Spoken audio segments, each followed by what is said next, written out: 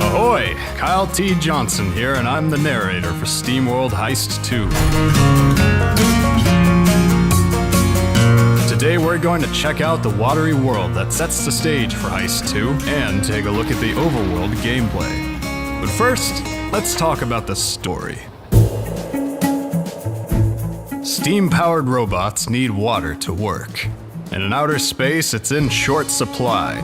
There is one exception, the Great Oceanic Shard, a slice of the shattered Earth that orbits the planet's exposed core. However, something seems to be poisoning the Shard's sea, making it corrosive to those that rely on it. In response, the Royal Navy has enforced strict control over the resource, raising tensions to a boiling point. Not that any of this really bothers Captain Quincy Leeway, a bot who lives in the long shadow of his mother, the Great Krakenbane. He's more concerned with his confiscated submarine, and he's just heard a rumor about where it might be docked. As the leader of his crew, Quincy is a character you'll be controlling in between missions. He'll visit the fine establishments of the Shard, recruiting new team members and purchasing upgrades, weapons, and items for your crew. However, due to his missing arm, Quincy can't lend a hand. Come on, did Beglarb write this? Quincy can't assist during missions, and will have to leave it to his starting crewmates, the adoring Daisy who thinks the world of her captain, and Wesley, a gentle bot who wants nothing more than to die an honorable death in combat. Life goals are important, I suppose.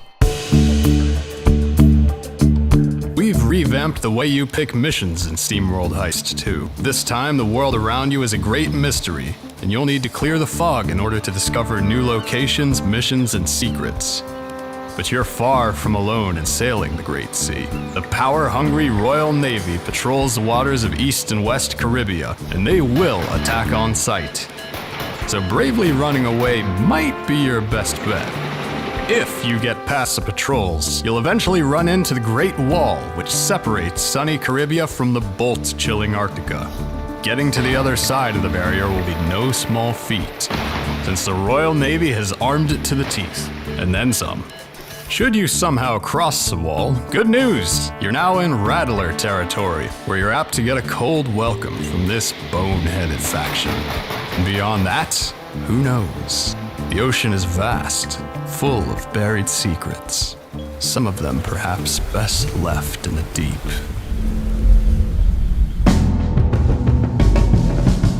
If you're looking to better acquaint yourself with the afterlife, an alternative to running away from patrolling ships may be to face them head on. Just line up your shots and let your submarine's weapons deal damage to your foes. Your enemies will do the same, so careful maneuvering will be key to your survival. Not to mention your enemy's arsenal of underwater mines, missile silos, and mighty flagships. Should your ship get wrecked, don't worry, you'll respawn at the latest bar you visited. As you uncover more of the Great Oceanic Shard, you'll unlock new equipment for your submarine.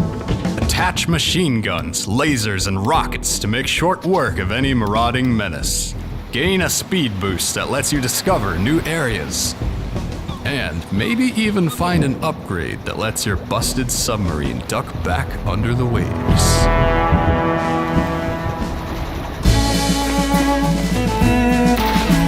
The Great Sea Shard is filled to the brim with secrets, missions, and stories for you to uncover.